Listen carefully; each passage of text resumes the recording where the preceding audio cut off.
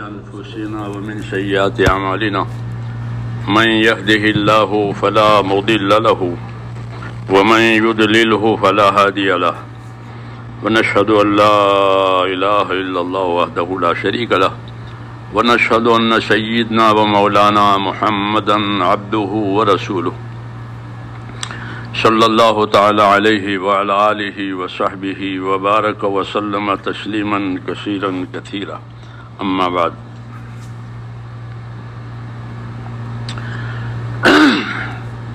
بزرگوں اور پیارے بھائیوں، سننے سنانے کا دنیا میں معمول ہے. لوگ سنتے بھی ہیں، سناتے بھی ہیں، معمول ہے، عادت ہے. سوال یہ ہے کہ سننے سنانے کا کیا حق ہے؟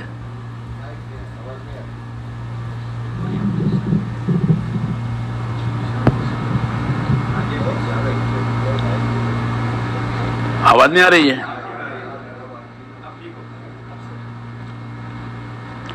میری بات سمجھ میں آئی ہے؟ میں نے کیا کہا؟ سننے سنانے کا کیا حق ہے؟ ایک تو عادت ہے کہ لوگ سنتے ہیں، سناتے ہیں، اچھی بھی سناتے ہیں، بری بھی سناتے ہیں. ہاں، دنیا ہے. لیکن سننے سنانے کا کیا حق ہے؟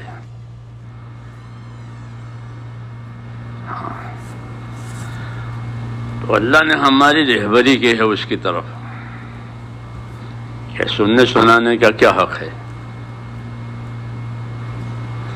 یوں فرمایا فبشر عباد الذین یستمعون القول ویتبعون احسنہ اولئک الذین ہداہم اللہ واولئک ہم اولو الالباب.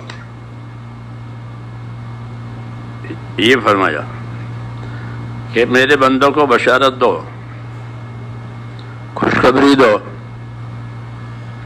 اللہ کریم ہے تو بشارتوں سے چلاتے ہیں، ورنہ دھمکیوں سے بھی چلا سکتے تھے. ہاں، کہ نہیں کرو گے تمہاری کمر توڑ دیں گے، کیا سمجھ لیا ہے؟ یہ بھی کہہ سکتے تھے، لیکن ایسا نہیں کہا، بلکہ آپ کو حکم دیا جا رہا ہے حضور صلی اللہ علیہ وسلم کو کہ بندوں کو بشارت دو، خوشخبری دو. وہ بندے جو بات سنتے ہیں، الذین یستمعون القول، عربی زبان میں مستمع اس آدمی کو کہتے ہیں جو ارادے سے سنے. جیسے پیچھے کھڑا رہتا ہے نا حافظ تراویح میں، وہ مستمع کہلاتا ہے. ہم لوگ سامع ہیں، سن رہے ہیں، ارادہ وہ نہ ہو، وہ ارادے سے سنتا ہے تاکہ کوئی غلطی نہ جائے. تو اس لیے کہا کہ بشارت دو ان بندوں کو جو ارادے کے ساتھ بات سنیں. ایسا نہیں کہ کان پر آواز آ رہی ہے.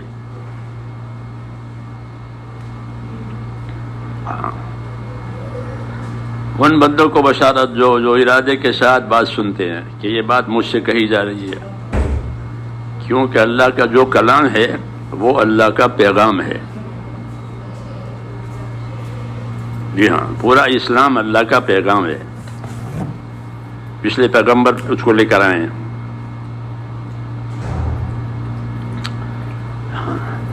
تو یہ کہا کہ بشارت دو بندوں کو جو ارادے کے ساتھ سنتے ہیں بات کو، اور سن کر کیا کرتے ہیں؟ اس کا حق ادا کرتے ہیں. تو حق کیا ہے اس کا؟ یستمعون القول فیتبعون احسنہ، یہ اس کا حق ہے کہ سننے کے بعد اتباع احسن کرتے ہیں. اتباع احسن کا مطلب یہ ہے کہ سننے کے بعد عمل کا نمبر آئے گا. ہے نہیں بات؟ پہلے سنا، اب کیا کرنا؟ جیسے اذان سنی، اب نماز پڑھنی. قاعدہ ہے کہ سننے کے بعد عمل کا نمبر آتا ہے. ہاں، سن کر چھوڑ دینا یہ گانا ہوتا ہے. گانا لوگ سن کے چھوڑ دیتے ہیں، اس کا کوئی حق نہیں ہوتا. جی ہاں گانا ہے کہ گا رہے ہیں، تو ایسا نہیں ہے. اس لیے نبی کو شاید نہیں سکھایا اللہ نے، ہاں گانا ہے. تو کہا سنتے ہیں اور سن کر کے اتباع احسن کرتے ہیں. تو اتباع احسن کا کیا مطلب ہے؟ اتباع احسن کا مطلب یہ ہے کہ عمل کا نمبر آئے گا تو عمل کو اچھے سے اچھے درجے پر لے جا کر کریں گے، اونچے سے اونچے درجے پر لے جا کر کریں گے، بہتر سے بہتر طریقے سے اس عمل کو کریں گے. یہ اتباع احسن ہوا کہ سنا اور عمل کرنے کا نمبر آیا تو کہ اچھے سے اچھا عمل، اونچے سے اونچا عمل کہ جس سے اللہ تعالیٰ راضی ہو جائے. یہ ہدایت ہے کہ سننے کا یہ حق ہے کہ جب عمل کا نمبر آوے تو اپنا عمل اونچے سے اونچا بناؤ، جیسے اپنی ضرورت کی چیزیں اونچی سے اونچی آدمی بناتا ہے نہیں بات؟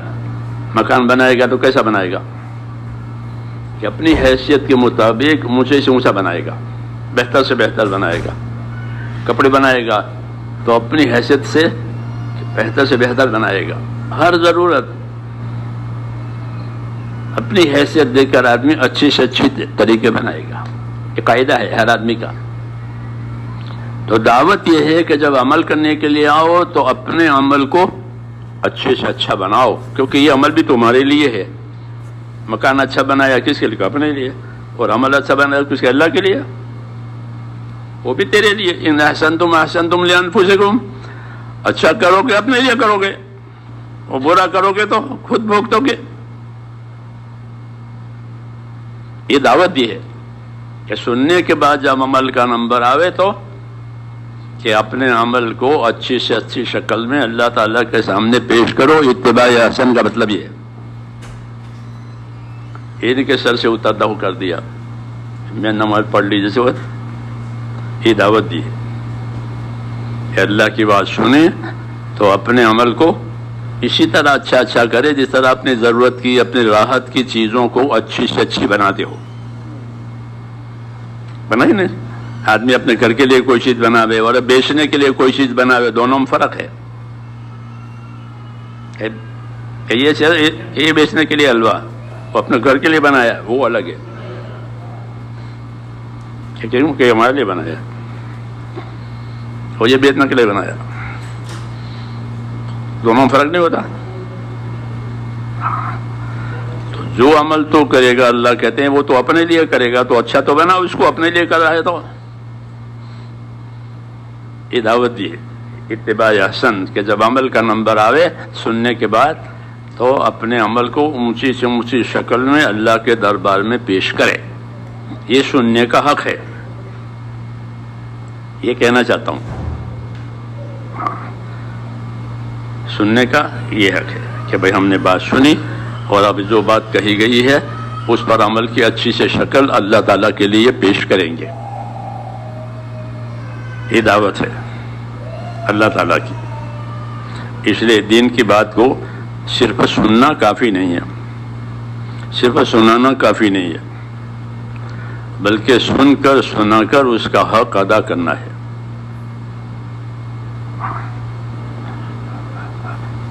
اگر کوئی مالی تقاضا ہے تو مالی تقاضا پیش کرے، بدنی تقاضا ہے تو بدنی تقاضا پیش کرے، تعاون کا تقاضا ہے تو تعاون کرے.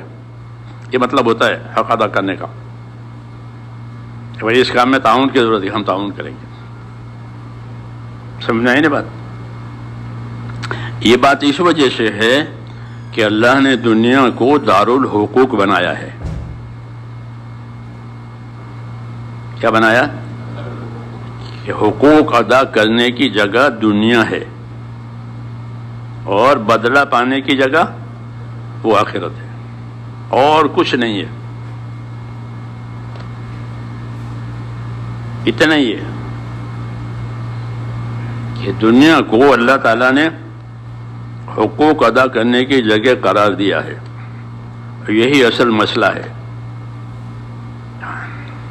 حساب کتاب بھی اسی وجہ سے، کیونکہ جب حق ہوتا ہے تو حساب کتاب ہوتا ہے. کہ حق ادا ہوا نہیں ہوا، پورا ہوا کتنا، وہ کتنا باقی رہ گیا. اس لیے حساب کتاب ہوگا اس کا آخرت میں. کیوں کہ یہ دارالحقوق تھی. حق پورا ہوا نہیں ہوا، ادھورا ہوا، ناقص ہوا، کیسا ہوا. جی ہاں، اللہ کی دو صفت ہے. ایک صفت اللہ تعالیٰ کی صفت عدل ہے، انصاف کرنے والا. اس کو عربی میں دیان کہتے ہیں. دیان بدلہ چکانے والا، اچھے کو اچھا، برے کو برا. ہاں، تو اللہ قیامت میں اعلان کریں گے کہ انا دیان، میں بدلہ چکانے والا ہوں، اچھے کو اچھا، برے کو برا. کیونکہ انصاف کا یہی تقاضا ہے کہ اچھے کو اچھا بدلہ ملے اور برے کو برا بدلہ ملے. یہ آخرت کی باتیں ہیں، اس کا جاننا بہت ضروری ہے. آج کل لوگ اس کو معمولی سمجھ کر چھوڑ دیتے ہیں، اور یہ اصل ہے کیونکہ یہ پیش آنے والی ہے، باقی چیزیں گزر جائے گی. یہ گزرے گی نہیں بلکہ یہ پیش آئے گی. یہ اصل ہے. تو یہ اعلان ہوگا کہ انا دیان، میں بدلہ چکانے والا ہوں. اس لیے کس کے ذمہ بدلہ ہے؟ آؤ، اللہ کے ذمہ جن کا بدلہ ہوگا اللہ بھی چکائیں گے ان کو کہ یہ تمہارا حق ہے، لے جاؤ. اور خوش کو بڑا کہ اللہ اپنی طرف جو دے گا وہ بڑا کے دے گا. کیونکہ اللہ تاجر نہیں ہے. تاجر نفع نقصان دیکھ کر کام کرتا ہے. جی ہاں، کہ میرا نقصان نہ ہو جائے، نفع رہے. تو اللہ تاجر نہیں ہے، اللہ کریم ہے. اللہ کون ہے؟ کہ کریم. اس لیے جب اللہ کا کوئی حق ہوگا یا تو اللہ تعالیٰ معاف کرے گا اس کو، اگر نہیں کیا ہے تو، اور اگر ادا کیا ہے تو پھر اس کا بدلہ بڑا چڑھا کر دیں گے.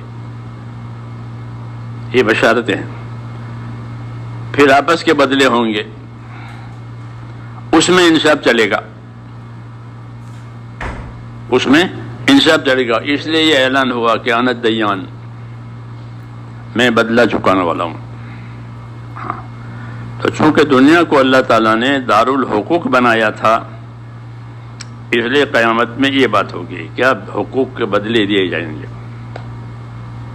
ہاں، دنیا کے لوگوں نے دنیا کو اپنی خواہش کی جگہ بنایا ہے. کھاؤ پیو، پھر کچھ نہیں ہے. ایسا نہیں ہے. اللہ تعالیٰ کہتے ہیں ایسا نہیں ہے، بلکہ تمہاری اپنی زندگی تم کو ایک نتیجے پر لے جائے گی. یہ کہا ہے قرآن پاک میں. قرآن پاک کو پڑھنے کی ضرورت ہے، سمجھنے کی ضرورت ہے. ہاں، وہی اصل ہے کہ تمہاری زندگی تم کو کہاں لے جائے گی؟ ایک نتیجے پر لے جائے گی.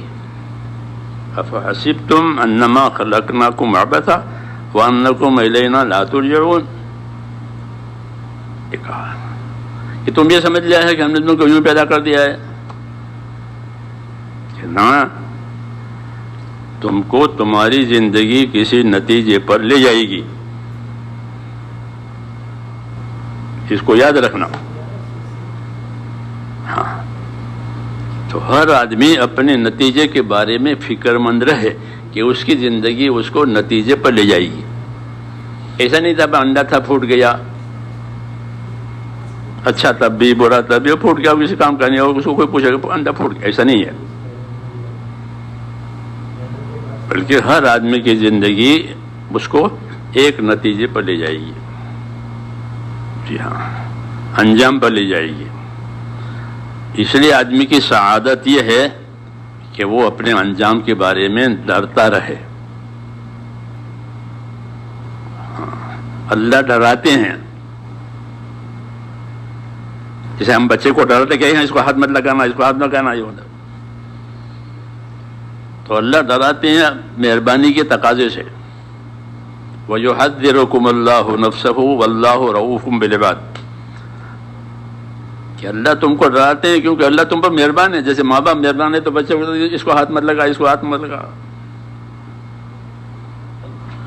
یہ اللہ کا تقاضا ہے کہ اللہ تم کو ڈراتے ہیں کہ اللہ کی پکڑ میں مت آنا. اور یہ ڈرانا اللہ کی رحمت کے تقاضے سے ہے. خالی حکومت نہیں کرنی ہے، اللہ تعالیٰ خالی حکومت کرنے والا نہیں ہے، اس کی حکومت بھی ہے، اس کی رحمت بھی ہے. اللہ کی حکومت بھی ہے اور اس کی رحمت بھی ہے. حاکموں کے ہاں رحمت نہیں ہوتی. جی ہاں، حاکموں کے ہاں رحمت نہیں ہوتی ہے. جی ہاں، ظلم ہوتے ہیں، رحمت نہیں ہوتی. اللہ کے ہاں ایسے نہیں ہے، اللہ کے ہاں ظلم نہیں ہے، رحمت ہے. اس لیے کہا کہ میں تم کو اپنی ذات سے ڈراتا ہوں کہ میری پکڑ میں مت آؤ. اور یہ ڈرانا یہ میری رحمت کے تقاضے سے ہے کہ کوئی میری پکڑ میں نہ آئے. وَيُحَذِّرُكُمُ اللَّهُ نَفْسَهُ وَاللَّهُ رَءُوفٌ بِالْعِبَادِ، کہ اللہ بندے پر مہربان ہے. تو اس کی مہربانی کا یہ تقاضا ہوا کہ وہ اللہ سے ڈراوے. جی ہاں، تو اللہ سے ڈرنے کا کیا مطلب ہے کہ کانپتا رہے آدمی. جن کو ڈر لگے تو کانپتا ہے کہ نہیں، ایسا ڈرنا مطلوب نہیں ہے. بلکہ اللہ کے ڈرنے کا مطلب یہ ہے کہ اللہ کی حد نہ توڑے.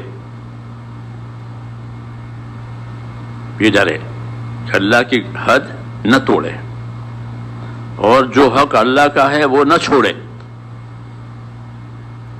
یہ مطلب ہے اللہ کے حقوق بھی ہیں، اللہ کے حدود بھی ہیں.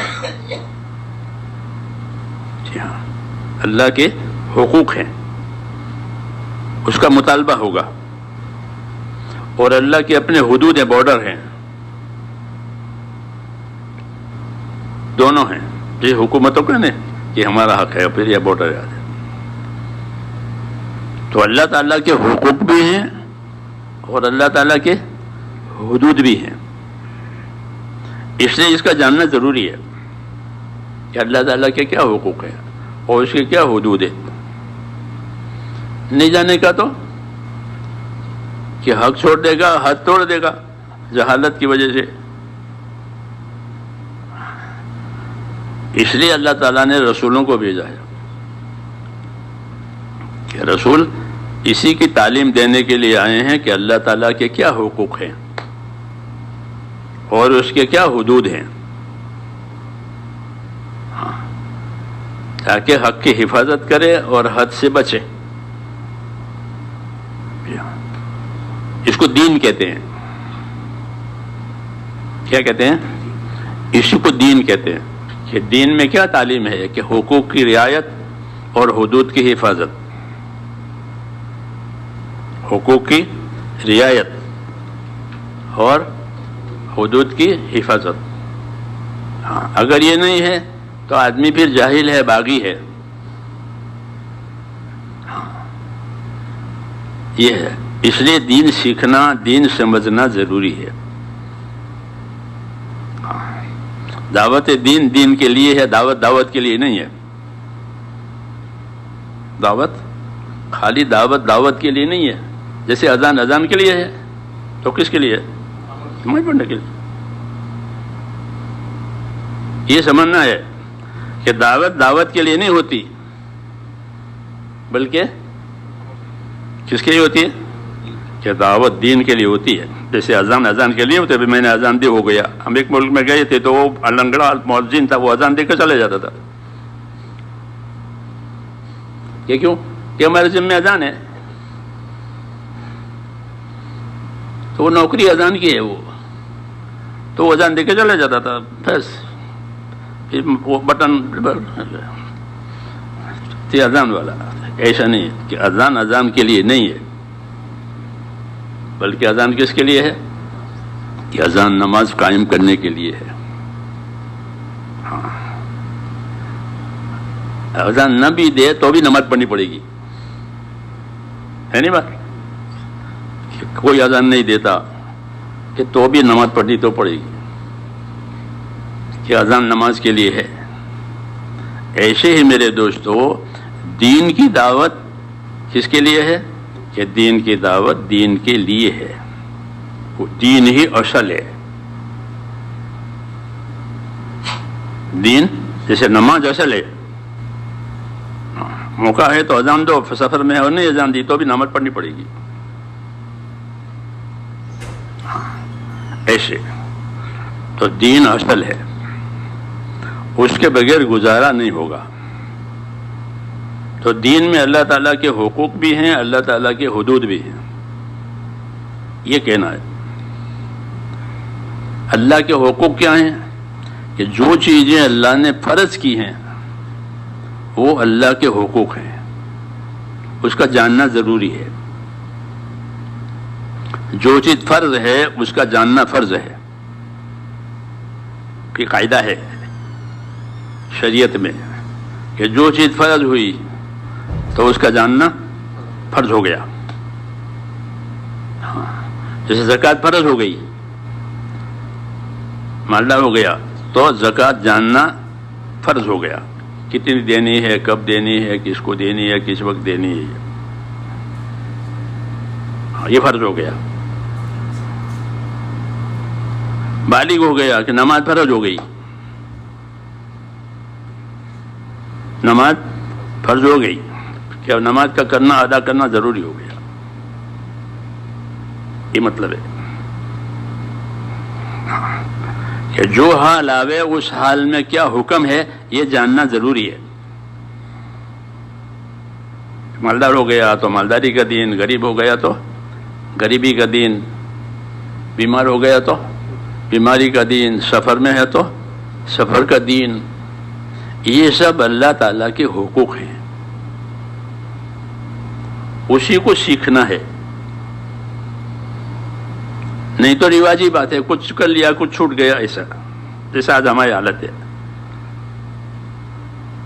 کچھ کر لیا کچھ چھوٹ گیا، ایسا نہیں ہے۔ فرمایا اپنے دین میں پورے پورے آ جاؤ، یہ حکم ہے، ایک ٹانگ باہر ایک ٹانگ اندر، ایسا نہیں۔ اپنے دین میں پورے پورے آ جاؤ، یہ ذمہ داری دی ہے، ادخلوا فی السلم کافہ،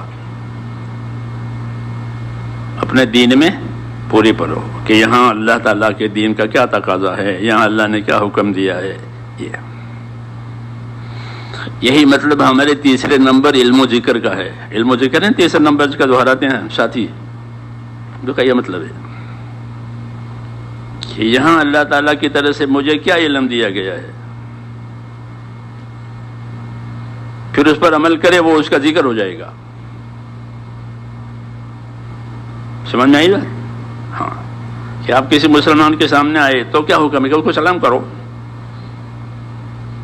ابتدا بالسلام، سلام میں ابتدا کرنا، یہ بات اللہ کو بہت پسند ہے۔ سلام میں ابتدا کرنے والا کبر اور تکبر سے بری ہوتا ہے، جو سلام میں ابتدا کرے۔ ایک مثال ہے میرے کہ بھائی مجھے میرے بھائی ملے تو یہ مجھے ملے تو کیا دین ہے کہ اس کا دین ہے کہ اس کو سلام کرو، اسے خندہ پیشانی سے ملو، تو خندہ پیشانی سے ملنا صدقہ ہے، یعنی صدقے کا ثواب ملے گا۔ یہ مطلب ہے علم و ذکر کا کہ یہ حالت ہے، اس حالت کا کیا دین ہے اور اس دین کی مجھ کو کیا فضیلت ملے گی۔ یہ تبلیغ، یہ تبلیغ، اس لیے اس کام کو سمجھنے کی بہت ضرورت ہے۔ مولانا الیاس صاحب میں اس کو کار نبوت سمجھتا ہوں، تبلیغ کار نبوت، نبیوں کا کام، ہاں بہت اونچا۔ اس لیے الحمدللہ اللہ تعالیٰ کی توفیق سے ہم آپ چل رہے ہیں، تو اللہ کی توفیق ہے، اس پر جتنا بھی شکر کرے کم ہے، لیکن اس کو سمجھنے کی بہت زیادہ کوشش کرنا چاہیے، نہیں تو یہ رسم بنے گا۔ کوئی بھی دین کا عمل اگر اس کی وہ حقیقت نہیں ہوتی تو پھر وہ رسمی طور پر لوگ کر لیتے ہیں، اس کا اثر نہیں پڑتا، بلکہ دین کے کاموں کا اپنے اوپر ایسا اثر ہونا چاہیے جیسے دواؤں کا اثر ہوتا ہے. بیمار دوا لیتا ہے ڈاکٹر کے مشورے سے، تو وہ کوئی روٹین تھوڑی ہوتی ہے، روٹین ہوتی ہے، رواج ہوتا ہے کہ نہ طبیعت کے تقاضے کی وجہ سے دوا لیتا ہے. اور کیا تقاضا ہے؟ جو طبیعت اچھی نہیں ہے پھر دوا لیں گے، پھر دوا کا کیا اثر ہوا وہ بھی دیکھتے ہیں. ہاں ایسے ہی میرے دوستو دین کا کام کریں تو بھائی اس کا ہم پر کیا اثر پڑا. یا مزدور کی طرح سے کر کے آ گئے، جیسا کہا تھا کھودنے کا تو کھود کر کے آ گیا، وہ موجود ہے کہ بھائی اتنا کھود دینا، تو وہ اتنا کھود کے آ جاتا ہے. باقی ہم نہیں جانتے، وہ جانتا ہے، جو نقشہ بناتا ہے وہ جانتا ہے. مجھے کھودنے کو کہا میں کھود کے آ گیا، اس کو مزدور کہتے ہیں. تو ہم دین کے مزدور نہیں ہیں، ہم دین کے ذمہ دار ہیں. آپ مزدور ہیں کہ نا، کہ دین کے ذمہ دار میں ہر آدمی سے اس کی قبر میں فرشتہ دین پوچھے گا کہ تیرا دین بتا. میت سے کہے گا ماں دین ہوگا. کیوں کہ یہ دین کا ذمہ دار تھا، مزدور نہیں تھا. تو مزدور ہوتا ہے، نوکری کرتا ہے، اپنے کام کر کے چلا جائے گا، بگڑے نہ بگڑے وہ نہیں جانتا، مزدور ہے. اور ایک ذمہ دار ہے، دونوں میں فرق ہے. تو ہم جو ہیں میرے بھائیوں اپنے دین کے ذمہ دار ہیں. ہاں دین بگڑ کر آیا، دین بن کر آیا، یہ دیکھا جائے گا. سمجھ میں آئی نہیں بات؟ اس لیے اپنے دین کو اپنی زندگی میں بنانا ہے، اسی کے لیے یہ کام ہے. یہ کوئی میعادی کام نہیں ہے کہ بھائی چلہ دے دیا چرمن دے دیے. ایک میعادی کام ہوتے ایک مدت کے لیے، ایسا نہیں ہے، ایسا نہیں ہے. اس کی مدت تو اپنے اندر یکسوئی پیدا کرنے کے لیے ہے.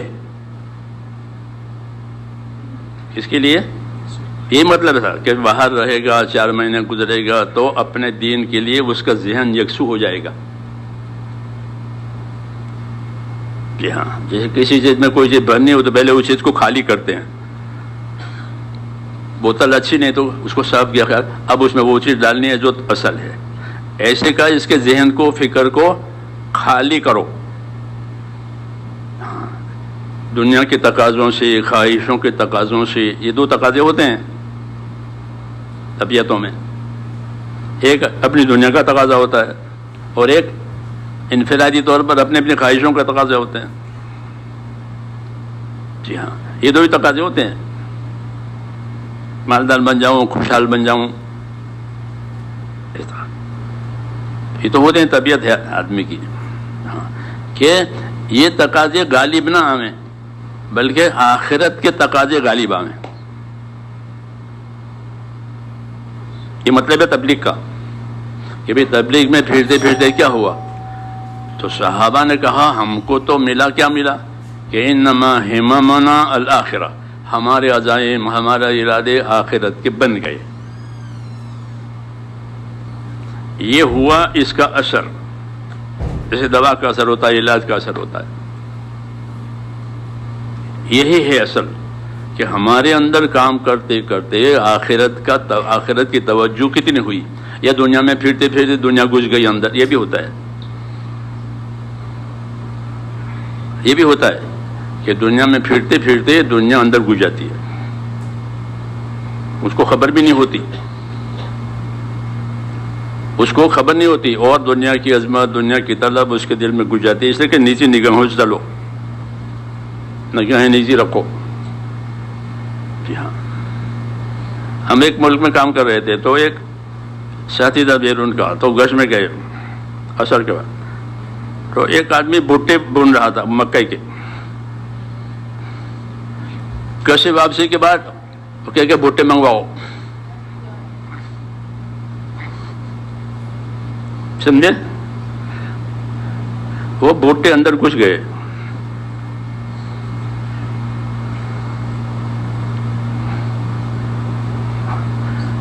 ہاں یہ سب کو ہوتا ہے. اس لیے مولانا فرماتے ہیں تمہیں ملک میں پھرنے کے اس وقت لائق بنو گے جب ان کی دنیا پر تم کو تھوکنا آ جائے گا کہ تیری دنیا کی میرے زمانے میں کوئی قیمت نہیں ہے، میں تیری دنیا پر تھوکتا ہوں. تب تو تم ملکوں میں پھرنے کے لائق بنو گے، نہیں تو وہ اندر گھس جائے گی. اس لیے فرماتے تھے ملکوں میں پھرو اور اپنی معاشرت مت بدلو. کیا مت بدلو؟ جیسے گزرتا تھا اپنے گھروں میں سیدھا سادہ رہتے ویسے ہی رہو. انہیں کے ملکوں میں پھر کر آئے تو اپنی معاشرت بدل گئی. ہاں جب معاشرت بدل گئی تو اب کام نہیں چلے گا. اب ان کی جیسی زندگی گزارنی پڑے گی جہاں دیکھ کر آئے تھے ویسی. وہ تقاضے پیدا ہوں گے تو پھر دنیا کمانی پڑے گی. تو وجہ نکلے تھے دنیا کا یہ گھس گئے اندر. یہ نزاکتیں ہیں کام کے اندر. اس لیے صحابہ یہ کہتے تھے کہ ہماری اصل فکر آخرت کی ہے اور یہی اصلی اثر ہے. ہر دوا کی خاصیت ہوتی ہے نا بھائی، دوا کی خاصیت کہ دوا نے اثر کیا، دوا نے اثر کیا. تو صحابہ نے جب دین لیا، دین کا کام لیا، تو ان پر اس نے کیا اثر کیا؟ تو وہ بتاتے تھے کہ ہماری فکریں آخرت کی بن گئی. یہ دوا نے اثر کیا اور یہی صحیح اثر ہے کہ ہماری فکریں کس کی بن گئی؟ آخرت کی بن گئی. کیونکہ اللہ تعالیٰ نے ہم کو آخرت کے لیے پیدا کیا ہے یا دنیا کے لیے پیدا کیا؟ دنیا کو ہمارے لیے پیدا کیا ہے، ہم کو دنیا کے لیے نہیں پیدا کیا. ہم کو آخرت کے لیے پیدا کیا ہے. فابتغ فیما آتاک اللہ الدار الآخرہ، یہ حکم ہے کہ تجھ کو جو کچھ دیا ہے ہم نے اس سے تو اپنی آخرت بنا. یہ ہر آدمی کو دعوت ہے کہ حاکم کو حکومت ملی تو اپنی حکومت سے کیا بناوے؟ آخرت بناوے. تاجر کو تجارت ملی تو اپنی تجارت سے آخرت بناوے.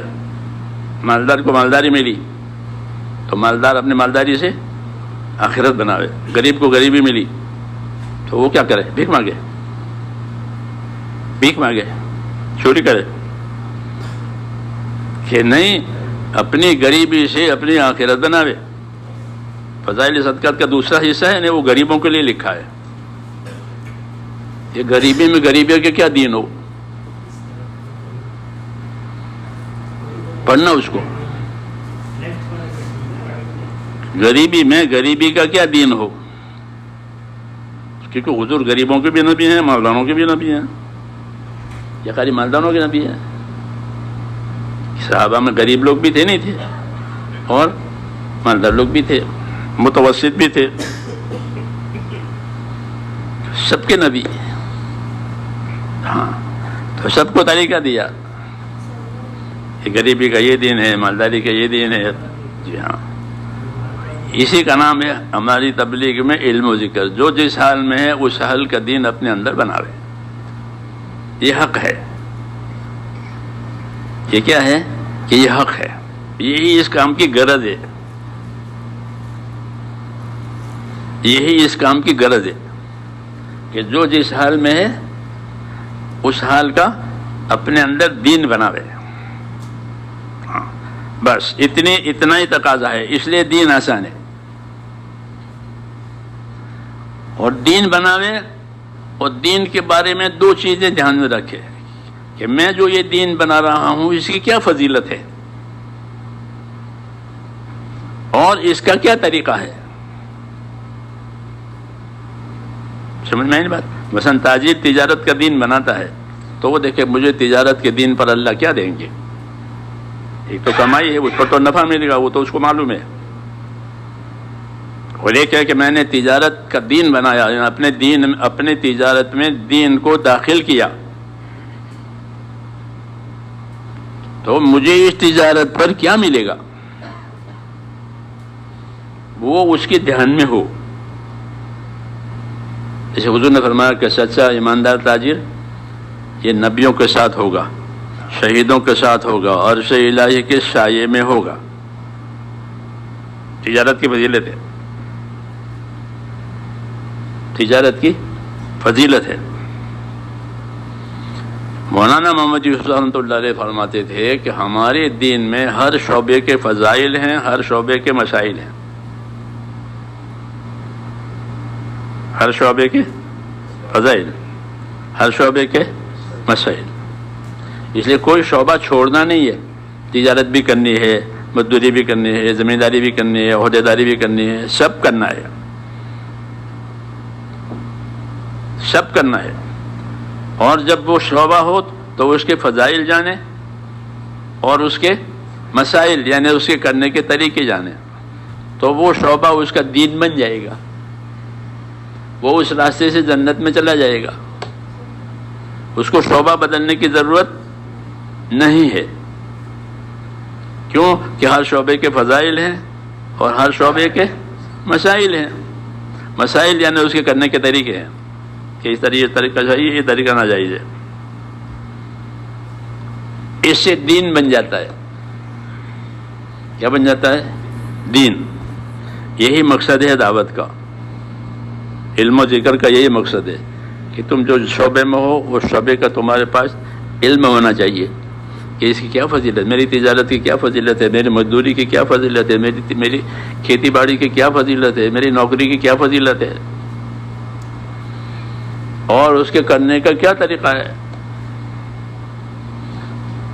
تو وہ شعبہ دین بن گیا۔ خالی مسجد میں بیٹھے رہنا ضروری نہیں کہ مسجد میں بیٹھے رہیں گے تو دین بنے گا، ایسا نہیں ہے کہ مسجد میں بھی بیٹھیں گے اور مسجد کے باہر بھی جائیں گے تاکہ مسجد والی چیز باہر چلے، وہ یہی مطلب ہے اس کا کہ مسجد والی زندگی باہر چلے، یعنی مسجد میں جو زندگی سکھائی جاتی تھی حکموں والی، فضائل والی، مسائل والی، وہ باہر بھی چلے۔ حضرت علی فرماتے تھے کہ مسلمانوں کے مارکیٹ ایسے ہی ہوتے ہیں جیسے ان کی مسجدیں ہوتی ہیں۔ مسلمانوں کی بات ہو رہی ہے، دوسروں کی نہیں ہو رہی ہے کہ مسلمانوں کے مارکیٹ کیسے ہوتے ہیں کہ سوق المؤمنین کا مسلحہم، کہ مسلمانوں کے مارکیٹ کیسے ہوتے ہیں کہ جیسے ان کی مسجدیں ہوتی ہیں۔ مسجد میں کوئی غلط کام کرتا ہے؟ نہیں کرتا۔ مسجد ہے، غلط کام مت کرو۔ کہ فرمایا وہ مارکیٹ میں بھی ایسا ہی ہوتا ہے جیسے مسجد میں ہوتا ہے۔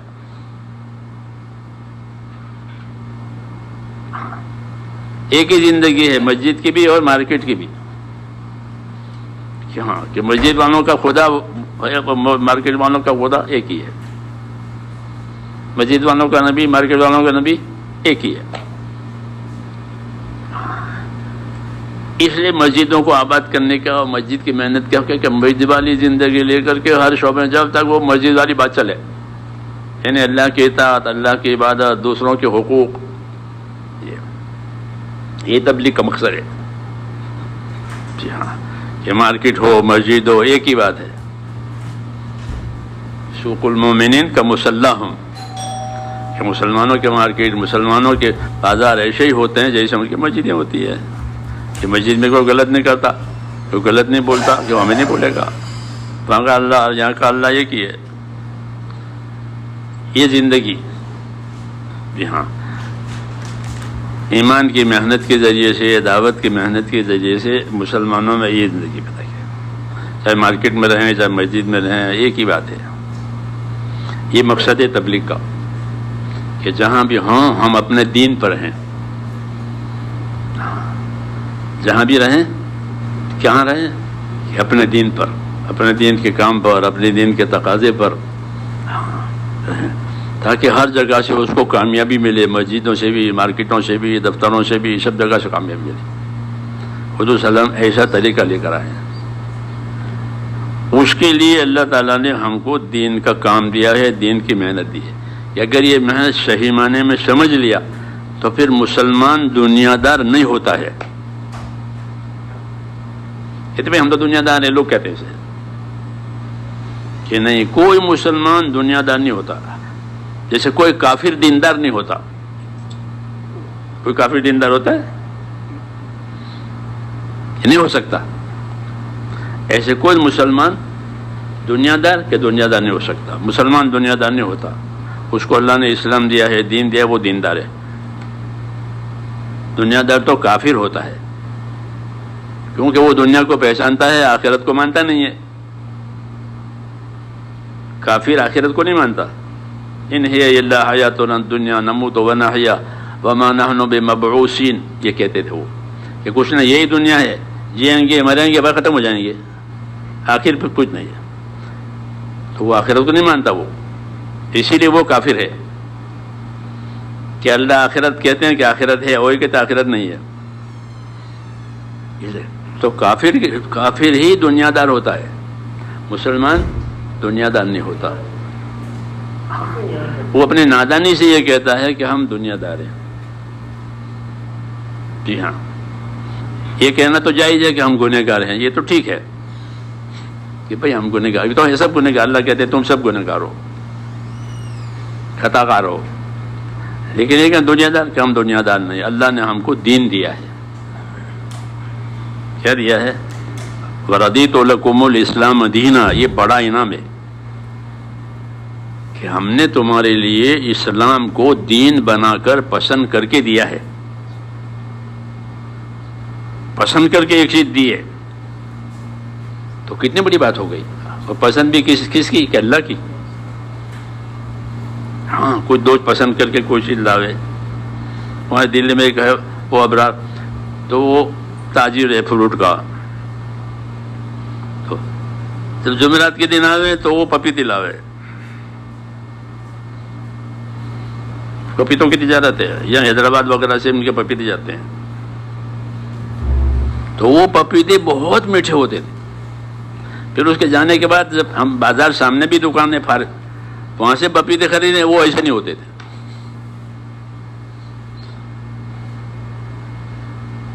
کیوں؟ کہ وہ ہمارے لیے پسند کر کے لایا ہے. تعلق کی بات ہے. ایسے اللہ نے دین ہم کو پسند کر کے دیا ہے، یہ سمجھنے کی بات ہے. بشیقوں کا وَرَضِيتُ لَكُمُ الْإِسْلَامَ دِينًا، کہ ہم نے تم کو اسلام پسند کر کے دیا ہے. تو کتنا بڑا احسان ہے، کتنی بڑی عزت ہے کہ ہمارے لیے ایک چیز اللہ پسند کرے. اور اسی مقابلے میں دین کا کام چھوٹ جاوے، دین کی باتیں چھوٹ جاوے، تو یہ کتنا بڑا نقصان ہے.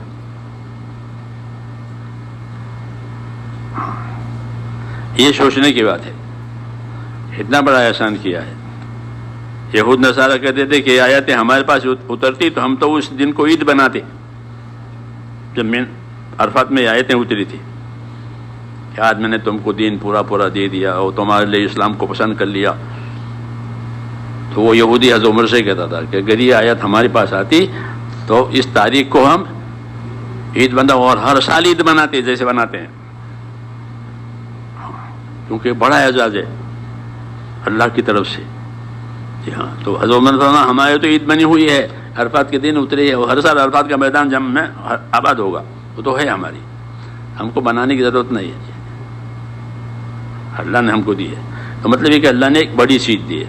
اس لیے میرے بھائیو، ہمارے پاس ایک تو اپنے دین کی قدر ہونی چاہیے کہ ہم کو اللہ نے دین دیا ہے. اس کو سوچا کریں کہ اللہ نے ہم کو دین دیا ہے. جب دین دیا ہے تو دین کا کیا تقاضا ہے؟ تو دین کا تقاضا اطاعت ہوتا ہے. کیا ہوتا ہے؟ کہ اللہ نے دین دیا ہے تو اطاعت کرو. یہی مقصد ہے نبیوں کے آنے کا. کہ نبی کیوں آتے ہیں؟ کہ دنیا میں اللہ کی اطاعت قائم کرانے کے لیے آتے ہیں. وما ارسلنا من رسول الا لیطاع باذن اللہ، کہ جب کبھی کوئی رسول زمین پر آیا ہے تو وہ اس لیے آیا ہے تاکہ اللہ کی اطاعت قائم کرے. اور کوئی مقصد رسول کا نہیں ہوتا اپنی حکومتی کرنی ہوتی ہے، اپنی تجارت کچھ نہیں. اللہ کی اطاعت اللہ کے بندوں میں آ جاوے. اس لیے وہ ایمان کا کلمہ لے کر آتے ہیں اور اطاعت کی دعوت دیتے ہیں کہ اللہ پر ایمان لاؤ. اور ایمان کا تقاضا اطاعت ہے. ایمان کا کیا تقاضا ہے؟ کہ اللہ پر ایمان لائے ہیں، یعنی اللہ کی اطاعت کریں گے. اپنی جان مال کو امانت سمجھیں گے. اطاعت کا مطلب یہ ہے کہ جو طاقتیں جو صلاحیتیں اللہ تعالیٰ نے ہم کو دی ہے وہ کیا ہے کہ وہ اللہ کی امانتیں بھی ہیں, اللہ کی نعمت بھی ہے, دونوں ہیں. نعمت بھی ہے اور امانت بھی ہے کہ اللہ نے مال دیا ہے کہ مال نعمت بھی ہے اور مال امانت بھی ہے. جب مولانا پڑھے نہیں جو مولانا تھانوی کا ملفوظ کہ مال حضور فرماتے ہیں مال کہ مال زندگی کا بہت بڑا سہارا ہے. نعمت ہے مال زندگی میں, ہاں کہ مال زندگی کا بڑا سہارا ہے. نعم المعونہ حدیث میں ہے کہ مال زندگی کا بڑا سہارا ہے. تو اللہ مال دے تو مال بھی نعمت ہے, صحت دے تو صحت بھی نعمت ہے, ہر چیز نعمت ہے اللہ تعالیٰ. مگر جس طرح وہ چیز نعمت ہے اس طرح وہ امانت بھی ہے. دعوت میں یہی امانت کا پہلو واضح کیا جاتا ہے کہ تمہارے پاس جو چیز ہے وہ تمہاری نہیں ہے بلکہ وہ کیا ہے, وہ اللہ کی امانت ہے. تو امانت کا کیا مطلب ہوا کہ اس سے تمہیں حقوق ادا کرنے ہیں. امانتیں اس لیے دی ہیں, جیسے پولیس والوں کو گاڑیاں ملتی ہیں وہ سب, تو کیا کرنا ہے, شکار کرنے کے لیے. اچھے اچھے گھوڑے ہوتے ہیں ان کے, ہوا کھانے کے لیے کہ گھوڑے بیٹھو ہوا کھاؤ, کہ نا وہ گھوڑے سرکاری ہیں, سرکاری کام کے لیے ہیں. وہ ہر چیز, وہ جیپ کار جو ہے وہ بھی سرکاری ہے اور سرکاری کام کے لیے. تو مولانا اللہ صاحب اپنے آدمیوں کو یہ کہتے تھے کہ ہم تو سرکاری لوگ ہیں,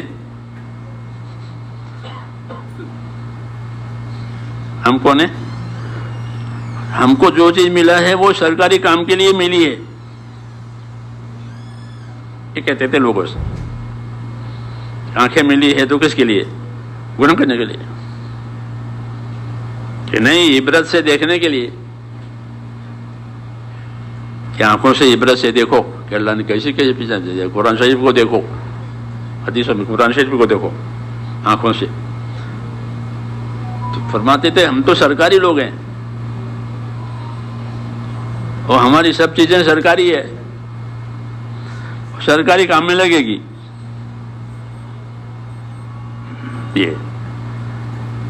یہی ایمان اطاعت کا مطلب ہے کہ ہم کو جو چیز دی گئی ہے وہ سب ایمان اطاعت کے لیے دی گئی ہے بس, تاکہ اللہ تعالیٰ کا حق ادا ہو جاوے. کہ دنیا کو دارالحقوق بنایا ہے. اس میں سب سے پہلا حق کس کا ہے کہ سب سے پہلا حق اللہ کا, وہ عبادت ہے. اللہ کا حق کہ اللہ کا حق عبادت, پہلا حق. پھر حضور نے بتایا کہ معاذ آپ کو معلوم ہے اللہ کا کیا حق ہے, کہ نہ مجھے نہیں معلوم ہے. کہ اللہ کا حق یہ ہے کہ اسی کی عبادت کی جائے. اس لیے ایمان اور عبادت یہ دونوں اللہ کے لیے ہوتے ہیں. اللہ پر ایمان لانا اور اللہ کی عبادت کرنا یہ زندگی کا مقصد ہے. یہ زندگی کا مقصد ہے کہ میں نے جناتوں کو انسانوں کو کس کے لیے پیدا کیا ہے, عبادت میں. تو ایمان عبادت تو زندگی کا اصلی مقصد ہے, یہی اصل ہے کہ زندگی اللہ کے یقین والی, اللہ کے خوف والی اور اللہ کی عبادت والی بنے. یہ اصل کام ہے. پھر عبادت میں سب کچھ آ جاتا ہے, خالی نماز روزہ نہیں ہے. جی ہاں, کہ جن جن باتوں کا حکم دیا ہے اس کا پورا ہونا, جن باتوں سے منع کیا ہے اسے بچنا, یہ سب عبادت میں آ جاتا ہے کہ زندگی عبادت کے لیے دی ہے. ہاں, تو جب ہماری زندگی اللہ تعالیٰ کی عبادت کے ساتھ ہوگی تو اللہ تعالیٰ ہمارے حالات کو صحیح کریں گے. حالات کے صحیح ہونے کا ایک ہی راستہ ہے, دوسرا راستہ نہیں ہے. حدیثوں میں ہے, حدیثوں میں یوں ہے کہ من اصلح ما بینہ و بین اللہ اصلح اللہ ما بینہ و بین خلقہ, کہ جو لوگ اپنا اور خدا کا معاملہ ٹھیک کر لیں گے تو اللہ ان کا اور مخلوق والا معاملہ ٹھیک کر دے گا. کتنی آسان بات ہے. حالات کے صحیح کرنے کا علت بتایا کہ جو لوگ اپنا اور خدا کا معاملہ ٹھیک کر لیں گے تو پھر اللہ ان کا اور مخلوق والا معاملہ ٹھیک کر دیں گے. ایک ہی راستہ. اب مولانا یوسف صاحب فرماتے تھے کہ اگر یہ بات 50% صحیح ہوئی تو 50% کامیابی ملے گی، اور 100% ہوئی تو پھر 100% کامیابی ملے گی. کہ مسلمانوں نے 100% اس کو پورا کر دیا جو اللہ چاہتے تھے وہ، کہ ان کی 100% کامیابی ہو جائے گی، اور 50% کی ہے تو پھر 50% باقی رہے گی. یہ قاعدہ ہے کہ جو لوگ اپنا اور خدا کا معاملہ ٹھیک کر لیں گے تو اللہ ان کا اور مخلوق والا معاملہ اللہ ٹھیک کر دے گا. تو یہ بالکل آسان راستہ ہے. تو اللہ کا معاملہ تو بہت آسان ہے، ایمان سے، عبادت سے اور انصاف سے اللہ سے معاملہ صحیح ہو جاتا ہے، اور کچھ نہیں کرنا پڑتا. کہ ایمان کے ساتھ رہو، عبادت کے ساتھ رہو اور انصاف کے ساتھ رہو. انصاف کے ساتھ رہو گے تو دوسروں کے حقوق پامال نہیں ہوں گے، بلکہ دوسروں کے حقوق ادا ہو جائیں گے. کیونکہ انصاف کا یہی تقاضا ہے کہ جو اپنے لیے پسند کرو وہ دوسروں کے لیے پسند کرو، جو اپنے لیے ناپسند کرو وہ دوسروں کے لیے ناپسند کرو. انصاف کا یہ تقاضا ہے. انصاف کا حکم دیا ہے کہ انصاف سے رہو، عہد لو، انصاف کے ساتھ رہو. قرآن پاک میں حضور صلی اللہ علیہ وسلم کو حکم ملا تھا کہ امرت لأعدل بینکم، مجھے حکم ہے کہ تمہارے اندر انصاف قائم کروں. تو انصاف سے رہنا، انصاف قائم کرنا، یہ بھی ہمارا کام ہے تاکہ کسی کا حق برباد نہ ہو. یہ ترتیب ہے کام کی، یہی غرض ہے کہ اللہ تعالیٰ کے حقوق بھی ادا ہو جائیں، اللہ کے بندوں کے حقوق بھی ادا ہو جائیں. ہاں، یہ مقصد ہے دعوت کا. ٹھیک ہے، تو اس کا تقاضا یہ ہے کہ دین کو سیکھیں اور دین کے کاموں کو بھی سیکھیں. سنا سنی پر نہ رہے، اس کو سیکھو. سیکھنے کی چیز سیکھنے ہے، یاد کرنے کی چیز یاد کرنے کی ہے، بتانے کی چیز بتانے کی ہے. تب تو کام بنے گا، نہیں تو رواج بنے گا. جی ہاں، ایک ہی کام کرے تو رواج بنے. جی ہاں، یہ رواج نہیں بنانا ہے، عمل بنانا ہے. ہاں، اور عمل کے لیے طریقے ہوتے ہیں. عمل کے لیے کیا ہوتے ہیں؟ جیسے رکوع کرنے کا طریقہ، سجدہ کرنے کا طریقہ، ہاتھ باندھنے کا طریقہ، کیونکہ عمل ہے نماز کے. جو چیز عمل ہوتی ہے اس کے طریقے ہوتے ہیں. جو چیز رواج ہوتی ہے اس کا کوئی طریقہ نہیں، جو چل پڑا وہ ٹھیک. تو عمل کے طریقے ہوتے ہیں. تو ہم عمل کے پابند ہیں، اس لیے عمل کے طریقے جاننا ضروری ہے. علم و ذکر کا یہی مطلب ہے کہ جو عمل تمہاری ذمہ ہے اس کا طریقہ جانو، اس کی فضیلت جانو اور اسے ادا کر دو تو حق ادا ہو جائیں گے. اتنی آسان بات ہے، کوئی لمبی بات نہیں ہے. اس لیے سب سے آسان دین ہے. سب سے آسان کیا؟ دین. الدین و یسر، حدیث شریف میں سب سے آسان کام وہ کیا؟ دین. بشرطے کو دین کے طریقے پر. دیکھو شادی دین کے طریقے پر کرو تو بہت آسان. شادی اور نکاح دین کے طریقے پر کرو تو بہت آسان. سفر میں بھی کر سکتے ہو، گھر میں بھی کر سکتے ہو، حج میں بھی کر سکتے ہو. لوگ حج میں نکاح پڑھتے نہیں. ہاں، تو جو چیز عمل بنے گی وہ آسان بنے گی، اور جو چیز عمل نہیں بنے گی وہ مشکل بنے گی. ہاں، اس لیے نبی عملوں کا طریقہ سکھانے کے لیے آتا ہے. اس کو سنت کہتے ہیں. کیا کہتے ہیں؟ کہ اپنی زندگی سنتوں والی بناؤ. پھر کوئی مسئلہ ہی نہیں ہے.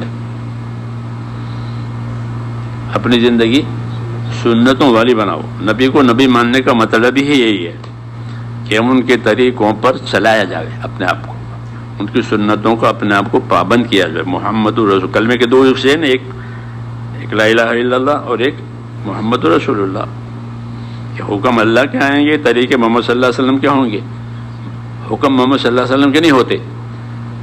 حکم وہاں سے آتے ہیں، آسمان سے، اور طریقے کہ یہاں سے ملیں گے. ہاں، ان کا جاننا ضروری ہے. اسی کا نام علم و ذکر ہے کہ یہ اللہ کا حکم ہے، یہ نبی کا طریقہ ہے، یہ اللہ کا حکم ہے، یہ نبی کا طریقہ ہے.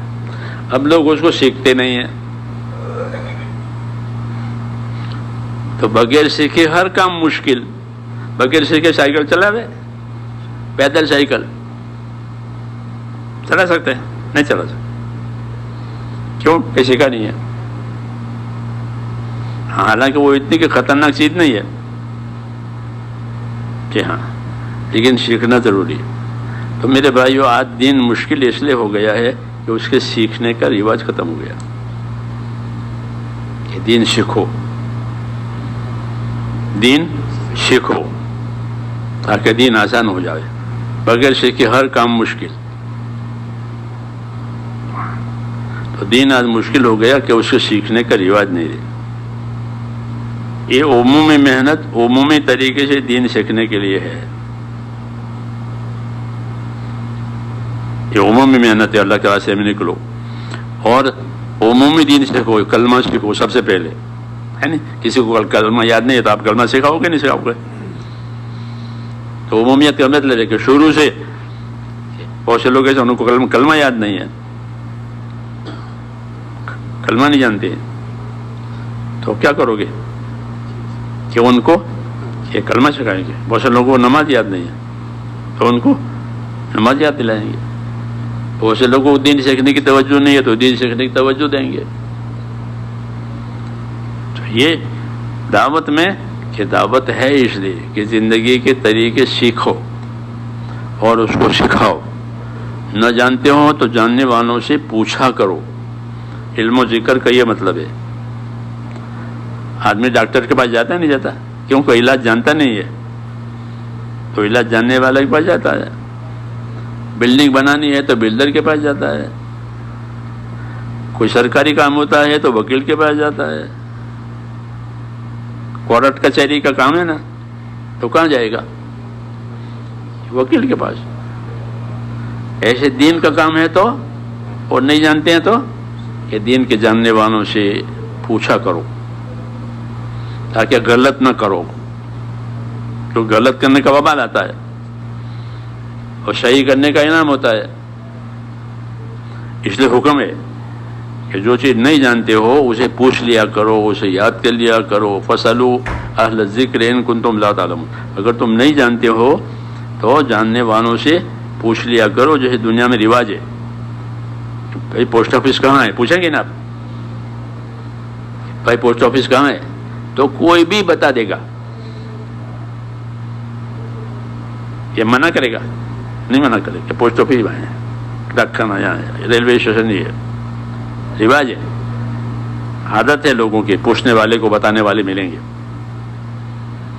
یہی حکم دین میں بھی ہے کہ دین کا کام نہیں جانتے تو دین والوں سے پوچھا کرو، وہ بتائیں گے آپ کو. اسی سے علم ملتا ہے دین کا. علم و ذکر کا یہ مطلب ہے. علم و ذکر کا یہ مطلب ہے کہ دین کی جو بات نہیں معلوم ہے اسے پوچھا کرو، نہیں تو غلط کرو گے، وقت برباد ہوگا غلط کرنے کی وجہ سے. تو اس محنت کے ذریعے سے اپنی ذاتی زندگی میں دین لانا ہے. سمجھ میں آئی نہیں بات؟ کہ میری ذاتی زندگی دینی بنے، کیونکہ یہ سب سے پہلی ذمہ داری ہے کہ ہر آدمی اپنی ذاتی زندگی کو دین والی بناوے. یا ایھا الذین آمنوا قوا انفسکم واہلکم نارا. اس میں سے حکم ہے کہ اپنے آپ کو، اپنے اہل و عیال کو دوزخ سے بچاؤ، یعنی ان کو دین سکھاؤ. تو یہ پہلی ذمہ داری ہے کہ اپنی ذات کو دیندار بناؤ. تو دیندار دین سیکھ کر ہی بنا سکتے ہیں. دوسرا کیا طریقہ ہے؟ اور کیا طریقہ ہے؟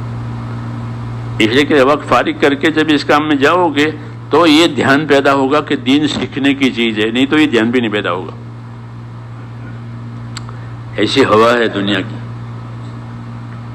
ہاں، شعور بھی نہیں ہوگا. اس کام سے شعور آتا ہے، دھیان آتا ہے. اس لیے فرماتے تھے بار بار نکلو اللہ کے راستے میں. مولانا الیاس صاحب فرماتے بار بار نکلو اور دور دور جاؤ. بار بار نکلو اور دور دور جاؤ، اس لیے کہ تاکہ اندر اترے. پھر جاننے کے بعد نہیں جانتا وہ تو پوچھے گا. جو غلط چیز ہے وہ زندگی میں سے نکل جائے گی، صحیح زندگی آ جائے گی. محنت، کہ محنت میں سب سے پہلے توبہ ملتی ہے، وہی صحیح محنت کہلاتی ہے. جس محنت سے اپنے آپ کو توبہ ملی کہ وہ محنت صحیح. تو اس محنت سے ہم کو کیا ملنا چاہیے؟ توبہ مل جائے کہ اس محنت سے ہر آدمی اللہ کے سامنے توبہ کرے کہ اللہ اب تک زندگی صحیح نہیں گزاری، کچھ کیا کچھ نہیں کیا، کچھ چھوٹا کچھ رہ گیا، اب توبہ کرتے ہیں. اس لیے جان مال لگانے والوں کی پہلی صفت یہی ہے التائبون العابدون، توبہ کرنے والے، پھر عبادت کرنے والے، پھر توبہ کر کے اب عبادت پر آوے. یہ طریقہ ہے. اس لیے اس کام کی اللہ تعالیٰ سے سمجھ مانگیں. سمجھ میں نہیں کہ پہلا عمل توبہ کا ہے کہ بھائی آج تک تو زندگی غلط گزاری، اب نہیں گزاریں گے. کہ ہاں کہ ایک کام ہو گیا، یعنی توبہ پر آ گیا. کیونکہ ہر آدمی گنہگار ہے. حدیثوں میں ہے کہ تم میں سے ہر آدمی خطا کار ہے. تو ہم سب خطا کار ہیں، اپنی اپنی جگہ ہر ایک کی خطا ہے.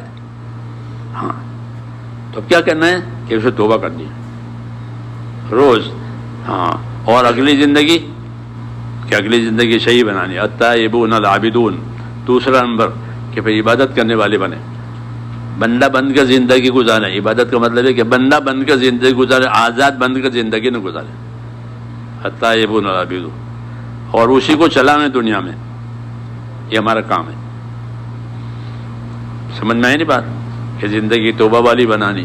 توبہ کے معنی ہے اللہ کی طرف لوٹ کر کے آنا. اس کو توبہ کا ہی مطلب ہے کہ تو غلط چلے گئے تھے، اب لوٹ کر کے آ گئے. اس لیے اللہ خوش ہو جاتا ہے بندہ جب لوٹ کر آتا ہے تو کہ وہ میری طرح آ گیا تو خوش، اور معاف کر دیں گے اور خوش ہو جائیں گے. جی ہاں کہ میرے پاس آ گیا. جی ہاں آپ کسی کو لاؤ گے تو آپ سے بھی خوش ہو جائیں گے اللہ. کسی کو مسجد میں لے آئے، حدیثوں میں نہیں کہ کسی کو لے آئے مسجد میں، چل بھائی آج ہمارے ساتھ نماز پڑھ لے، دین کی بات سن لے. وہ پہلے آتا نہیں تھا، اب آج لے آئے تو اللہ تعالیٰ آپ سے ایسے خوش ہو جائیں گے جیسے کسی کا رشتہ دار کھو گیا تھا اور کوئی اس کو لے آیا. بیٹا کھو گیا تھا، کوئی اس بیٹے کو لے آیا کہ آپ کا بیٹا کہاں ہے، تو اس کو انعام دیں گے. وہ ہاں کہ میرے بیٹے کو لے آئے. ہاں ایسے اللہ بھی انعام دیں گے جو اللہ کے بندوں کو اللہ کے طرف لے آوے. ہاں اور خود اللہ کی طرف آویں توبہ کر کے ان کو بھی انعام دیں گے. تو یہ راستہ ہی انعامات لینے کا راستہ ہے. ہاں اس لیے اس کام کو کریں اور خوب سمجھ کر کریں. یہ میں اس لیے کہتا ہوں کہ جو بے سمجھے کریں گے نا وہ بے سمجھے چھوڑ بھی دیں گے. ہاں چھوٹے بچے کی طرح سے، چھوٹا بچہ کوئی چیز لے کر چابیاں لے کر گیا، پھر کہیں چھوڑ کے آ گیا. چابیاں ہوتی ہیں نا گھروں میں، ضروری چابیاں، تو کھیلنے کے لیے لے گیا، پھر کھیلا پھر وہاں چھوڑ کے آ گیا. تو اس کو معلوم نہیں ہے کہ یہ چابی کس کام کے لیے ہے اور کتنی ضروری ہے. بے سمجھے لے گیا، بے سمجھے چھوڑ کے آ گیا. ایسے جو تبلیغ میں بے سمجھے جائیں گے وہ بے سمجھے چھوڑ بھی دیں گے. ہاں یہ بات پکی ہے. ہاں ورنہ تو ایک آدمی 100 کے نوٹ کو 100 کا نوٹ سمجھے وہ چھوڑے گا؟ بولو یہ 100 ریال ہے، چھوڑے گا؟ نہیں چھوڑ سکتا. بچہ چھوڑ دے گا کہ وہ 100 ریال کی قیمت نہیں جانتا. ہاں اس لیے یہ دعوت ہے کہ اپنے کام کو خوب سمجھو،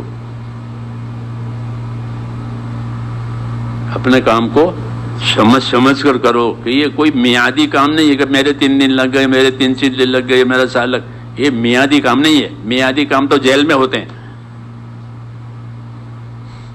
جیل میعادی ہوتی ہے کہ بھائی اس کے 6 مہینے کی جیل، چھوڑ دو اس کو. دین میعادی نہیں ہے. یہ دین کب تک ہے؟ کہ موت تک. تو دین میعادی نہیں ہے. ایسے دین کا کوئی کام وہ بھی میعادی نہیں ہے. جو کام کرو موت تک کرو. کیوں؟ اپنے لیے کرنا ہے. جیسے مکان بنانے تو موت تک رہنے کے لیے بناتے ہیں نا. مکان بنانے کب تک رہو گے؟ کہ موت تک رہیں گے.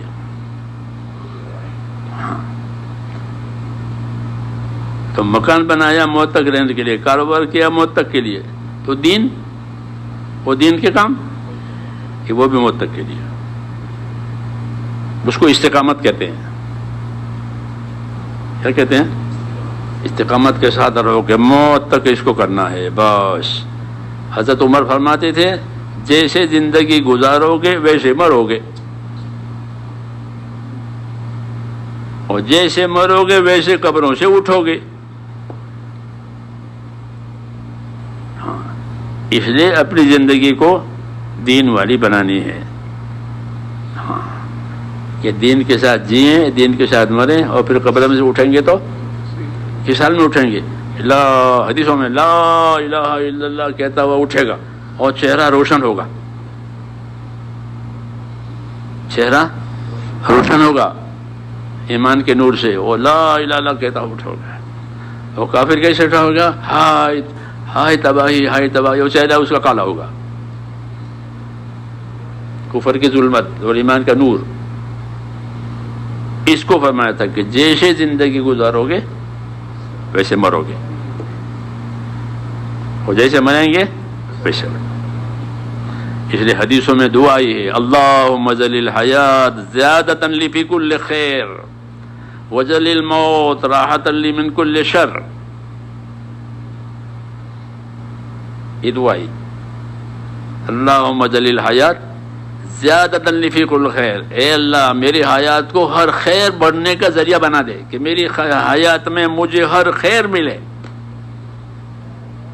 اور میری موت کو ہر شر سے بچنے کا ذریعہ بنا دے، کہ کوئی شر مجھے نہ ملے موت پر، نہ پہلے نہ بعد میں۔ یہ پیاری دعا ہے، وہ اس لیے سکھائی ہے کہ دعا بھی مانگو اور دعا کے تقاضے پر اپنے آپ کو استعمال بھی کرو۔ دعا مانگنا بھی عبادت، اور دعا کے تقاضے پر اپنے آپ کو استعمال کرنا وہ بھی عبادت۔ خالی دعا کر کے نہ بیٹھے، تو دعا بھی مانگے اور دعا کے تقاضے پر کام بھی کرے، عبادت۔ تو دعا بھی عبادت ہے، دعا کے تقاضے پر جو کام کرو گے وہ بھی عبادت۔ تو یہ دعا مانگی کہ اللہم اجعل الحیات زیادۃ لی فی کل خیر، اے اللہ میری حیات کیسی بنا کہ ہر خیر میں زیادتی ہو جاوے، ہر خیر میں زیادتی، ایسی زندگی دے کہ کسی خیر سے محروم نہ رہے، اور میری موت کہ ہر شر سے حفاظت ہو جائے، موت سے پہلے کے شر سے بھی، موت کے بعد کے شر سے بھی، ایسی موت دے کہ ہر شر سے حفاظت ہو جائے۔ تو اللہ سے ایسی دعائیں بھی مانگنی ہے اور اپنے آپ کو پابند بھی کرنا ہے دین کے کاموں کے، دین کے تقاضوں کے۔ ہاں، انفرادی زندگی بھی دینی بنے اور ماحول بھی دینی بنے۔ خالی ماحول کے حساب سے نہیں چلنا ہے کہ ماحول ہے تو کام ہو گیا، یہ نہیں، ماحول بھی افراد سے بنتا ہے۔ جیسے ایک اینٹ سے نہیں، لیکن اینٹوں سے ہی دیوار بنتی ہے، ایک اینٹ سے نہیں بنتی۔ ایسے ہی جب مجمع کا مجمع انشاءاللہ تیار ہوگا تو ماحول بنے گا، ماحول میں دین آسان ہو جاتا ہے۔ اس لیے محنت کرنی ہے تاکہ ماحول بنے۔ ہماری محنت سے اللہ ماحول بنا رہے ہیں، لوگوں کو دین پر چلنا آسان ہو جائے گا محنت کرنے کی وجہ سے۔ اس لیے ہم کو اپنے دین پر چلنے کا بھی اجر ملے گا، اور دوسروں کے لیے آسانی کی ہے اس کا اجر بھی ملے گا، کیونکہ راستہ بنایا انہوں نے۔ محنت کرنے والوں سے راستے بنتے ہیں، پھر دوسرے لوگ چلتے ہیں۔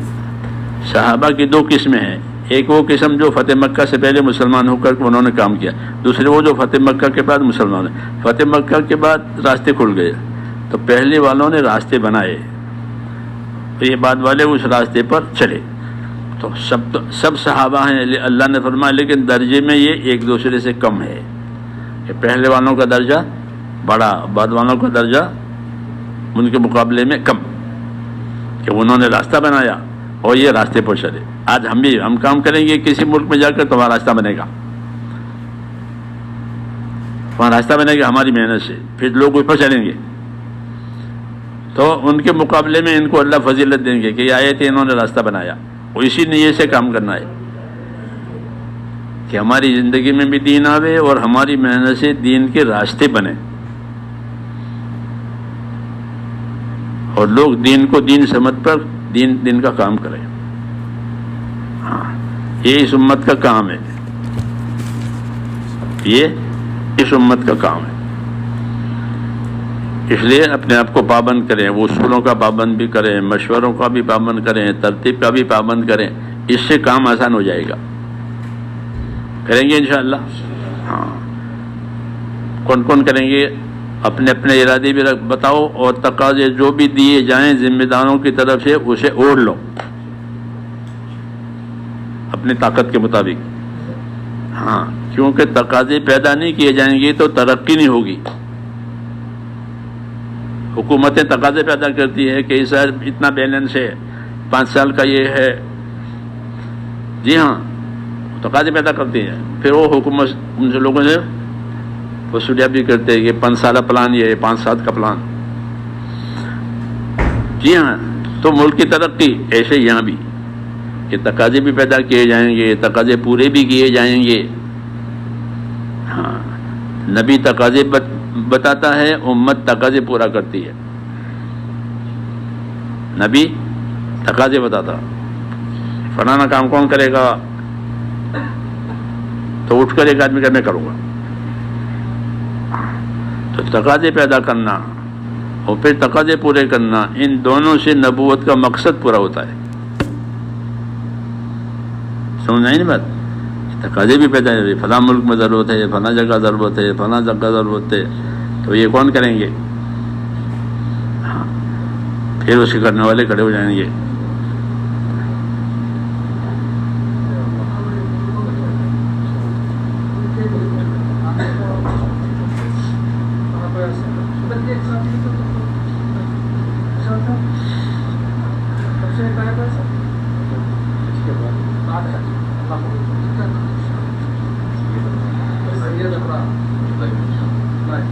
اپنی نیت، اپنی ترتیب،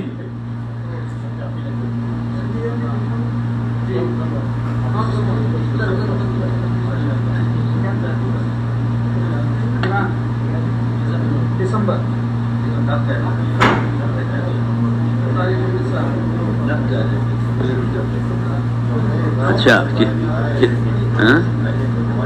کتنے آدمی ہیں؟ ضرور جائیں۔ غریب ملکوں میں بھی جانا ہے، مالدار ملکوں میں بھی جانا ہے۔ ہاں، اس کے ساتھ یہ بتاؤ 4 مہینے جاؤ گے، چلا جاؤ گے، اندرونی ملک میں جاؤ گے، بیرون میں اگر آپ کا مشورہ کسی جگہ کا غلط ہے تو 25 آدمی وہ تمہارے پیچھے پورا دکھتا ہے۔ آپ طے کرو، جون جولائی میں جاؤ گے، کون سے مہینے میں جاؤ گے، کتنے دنوں کے لیے، چلے کے لیے 4 مہینے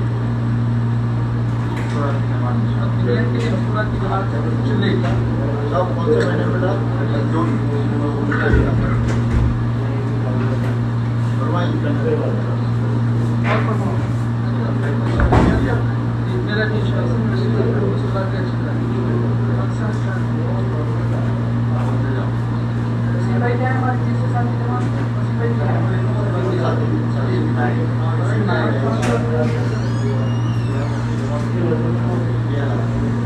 ہر ایک کی ترتیب بن جائے۔ اگر کسی کا سال 22 میں لگ گیا ہے تو یہ بتا دیں کہ میرا 22 میں لگ گیا ہے۔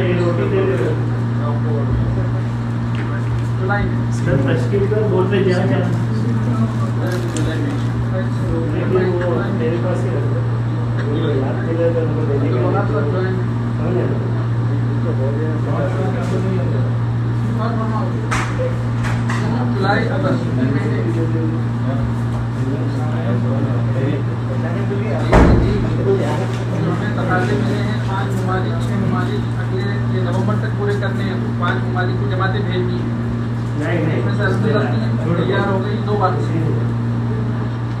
اسے پورے کر لو، اس کے لیے کون تیار ہے؟ بتاؤ، امریکہ، آسٹریلیا، یہ 2 بات ہیں۔ بحرین کی جماعت بھی تیار ہے، انگلینڈ کی بھی تیار ہے، اور البانیہ کی بھی تیار ہے۔ اس میں بھی اور مزید ساتھی ہو سکتے ہیں۔ پروفیسر حضرات کی چھٹی آ رہی ہے 17 جون سے، فرمائے وسیم بھائی آ گئے ہیں، کسی ساتھی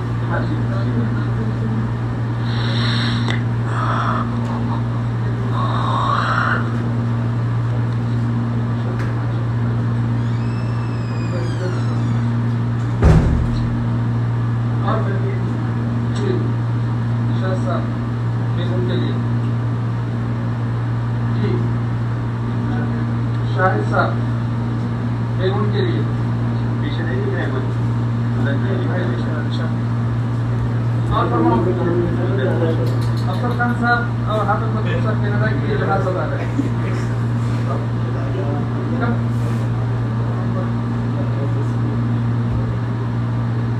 سب کی ترتیب بن جائے نا شاید سب ہوتا ہے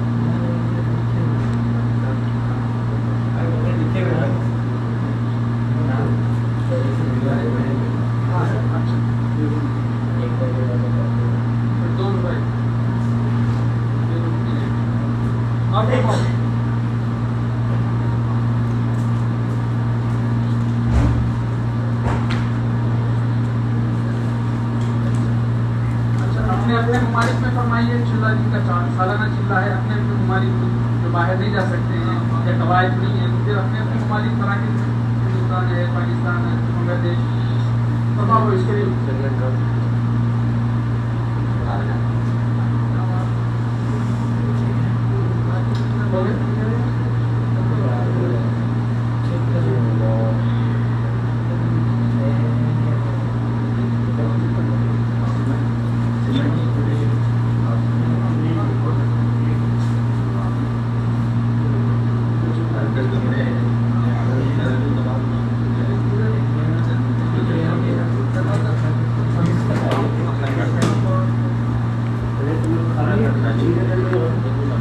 لوگ یہاں سے آ رہے ہیں نماز پڑھنے کو ادھر بعد میں الحمدللہ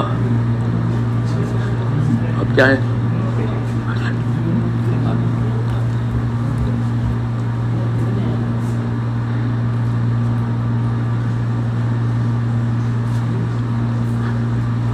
ہماری محنت میں جو اجتماعی دعا ہوتی ہے وہ انفرادی دعا سکھانے کے لیے ہوتی ہے. بڑا اجتماع ہے تو 1000 آدمی دعا مانگیں گے تو ہر روز تو 1000 نہیں ملیں گے تو اجتماع کی وجہ سے مل گئے. تو اجتماع میں جو اجتماعی دعائیں ہے وہ انفرادی دعاؤں کے سبق کے لیے ہے کہ جس طرح اجتماع میں دعا مانگ رہے ہو اجتماع کے بعد بھی دعائیں مانگا کرو. یہ تعلیم کے لیے ہر وقت اجتماع کہاں ملے گا کہ مل جل کے دعا کریں. دعا تو ہر وقت کرنی ہے اور اللہ سے مانگنی ہے. دعا مومن کا ہتھیار ہے کہ ہم پر حالات آئیں گے تو حالات کو دفع کرنے کے لیے ہتھیار دیا ہے کہ اپنی دعاؤں سے اپنے حالات ٹھیک کرو. اور اس محنت کو دعا کی قبولیت میں بہت بڑا دخل ہے. جب یہ محنت صحیح ہوگی تو دعاؤں میں قبولیت آئے گی. وہ ایسی قبولیت آئے گی جیسے نبیوں کی دعا میں قبولیت ہوتی ہے. ہاں اس محنت کا یہ اثر ہے کہ جب جان مال کے ساتھ اس کا حق ادا کرنے کی کوشش کریں گے تو اس کی وجہ سے دعائیں بھی خوب قبول ہوگی. کوئی یہ نہ سمجھے کہ میری دعا قبول نہیں ہوتی. منع ہے ایسا سمجھنا. سب کی دعا قبول ہوتی ہے. سمجھنا ہی نہیں ہر ایمان والے کی چاہے کتنے گنہگار ہو. اللہ نے حکم دیا ہے کہ مجھ سے دعا مانگو میں قبول کروں گا. تو یہ بات سب کے لیے ہے. گنہگار ہو پرہیزگار ہو مجھ سے دعا مانگو میں قبول کروں گا. تو یہ سب کے لیے. اسے یہ نہیں سمجھنا چاہیے کہ ہماری کیا دعا نہیں. سب ہر ایمان والے کی دعا قبول ہوتی ہے. لیکن دعا میں جلدی نہ کرے. یہ ایک دو دفعہ دعا مانگے ٹرائی کر کے تجربہ نہیں ہوتے چھوڑ دیا. یہ منع ہے کہ دعا حاجت بھی ہے عبادت بھی ہے. دعا ہماری حاجت بھی ہے اور عبادت بھی ہے. دعا مانگنے سے ثواب بھی ملے گا کیونکہ وہ عبادت ہے. کیونکہ غیر خدا سے دعا نہیں مانگ سکتے اللہ سے ہی دعا مانگی جائے گی. اور کسی اور سے مانگے تو شرک ہے. اس لیے دعا ہماری حاجت بھی ہے اور ہماری عبادت بھی ہے. اس کو لوگ سمجھتے نہیں ہیں اس لیے ایک دو دفعہ مانگے پھر چھوڑ دیا کہ اللہ نے قبول تو کیا نہیں. اللہ نے ایسا کہ حالانکہ منع ہے کہ ایسا نہ کہو کہ اللہ نے قبول نہیں کیا. تم کو کس نے بتایا کہ اللہ نے قبول نہیں کیا؟ کس نے بتایا؟ پھر کیسے کہہ دیا کہ مومن کی دعا قبول ہوتی ہے جب تک یوں نہ کہے کہ میری دعا قبول نہیں ہوئی؟ سمجھ میں یہ بات؟ اس لیے بھائی دعا مانگنے کا اہتمام کریں، تنہائیوں میں بھی مانگے، فرائض کے بعد میں، پچھلی راتوں کو مانگے۔ اس دور میں، اس زمانے میں، ان حالات میں دعاؤں کی بہت ضرورت ہے۔ دعا اور صدقہ یہ بلاؤں کو آنے نہیں دیتا۔ دعا سے بھی بلا دور ہوتی ہے، صدقے سے بھی بلا دور ہوتی ہے۔ یہ ہمارے اسباب ہیں اللہ سے لینے کے لیے۔ اللہم صلی علی سیدنا محمد النبی الامی وعلی آلہ وصحبہ اجمعین۔ ربنا ظلمنا انفسنا وان لم تغفر لنا وترحمنا لنكونن من الخاسرین۔ ربنا اننا آمنا فاغفر لنا ذنوبنا وقنا عذاب النار۔ اللہم اقبل بقلوبنا الى دینک واقبل بقلوب جميع المسلمین الى طاعتک۔ اللہم ان قلوبنا ونواسینا وجوارحنا بیدک لم تملکنا منها شیئا فإذا فعلت ذلك بنا فكن أنت ولينا واهدنا إلى سواء السبيل۔ اللهم كن أنت ولينا واهدنا إلى سواء السبيل۔ اللهم كن أنت ولينا واهدنا إلى سواء السبيل۔ اے اللہ ہماری مغفرت فرما، اس مجمع کی مغفرت فرما، اس مجمع کی مغفرت فرما۔ یہ مجمع جہاں جہاں چلا جائے ان کی بھی مغفرت فرما، اور اے اللہ پوری امت کی پوری مغفرت فرما۔ امت کی صلاحیتوں کو دین پر لگا دے، اے اللہ امت کی صلاحیتوں کو دین پر لگا دے، امت کی صلاحیتوں کو برباد ہونے سے بچا لے، امت کے مالوں کی، جانوں کی، آبرو کی، دین ایمان کی یا اللہ ہر جگہ حفاظت فرما لے، ہر وقت حفاظت فرما لے، ہر خیر سے ہم کو اور پوری امت کو مالا مال فرما، ہر شر سے، ہر فتنے سے، ہر بلا سے، ہر بیماری سے ہماری اور پوری امت کی پوری حفاظت فرما۔ جس کام کے لیے اللہ اپنے اس امت کو پیدا فرمایا ہے پوری امت کو اس کام کی طرف متوجہ فرما، اور امت کی صلاحیتوں کو دین پر لگا دے، اور دین کو اور اس محنت کی کرنے والوں کی بھرپور تائید اور مدد فرما، آسانیاں پیدا فرما۔ جتنی رکاوٹیں ہیں یا اللہ وہ رکاوٹوں کو دور فرما، جتنی جائز ضرورتیں ہماری اٹکی ہوئی ہے اے مولا اپنے کرم سے ان ضرورتوں کو پورا فرما دے، اس میں برکت عطا فرما دے، اس میں خیر مقدر فرما دے۔ جتنے خیر حضور صلی اللہ علیہ وسلم نے مانگی ہے ہم کو بھی وہ خیر عطا فرما دے، اور جن شرور سے پناہ چاہیے ان تمام شرور سے ہمیں بھی اپنی پناہ میں لے لے۔ جن دوستوں بھائیوں نے دعاؤں کے لیے کہا لکھا ہے یا اللہ ان کی جائز مرادیں پوری فرما، ان کی پریشانیاں دشواریوں میں آسانی فرما، ان کے امور میں برکت عطا فرما۔ ربنا تقبل منا انک انت السمیع العلیم وتب علینا انک انت التواب الرحیم۔ وصلی اللہ تعالی علیہ۔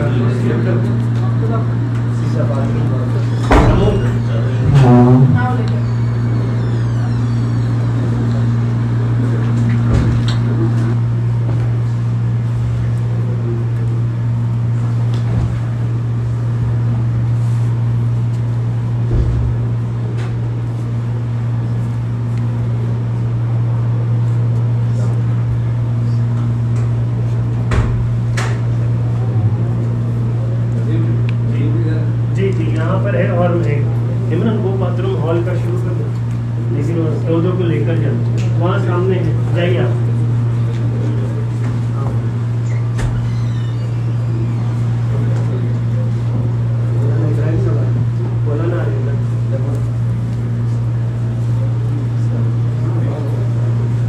اس کو خالی رکھ ایک منٹ مولانا۔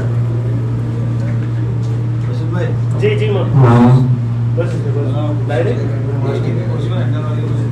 ایک کرسی رکھیے ہینڈل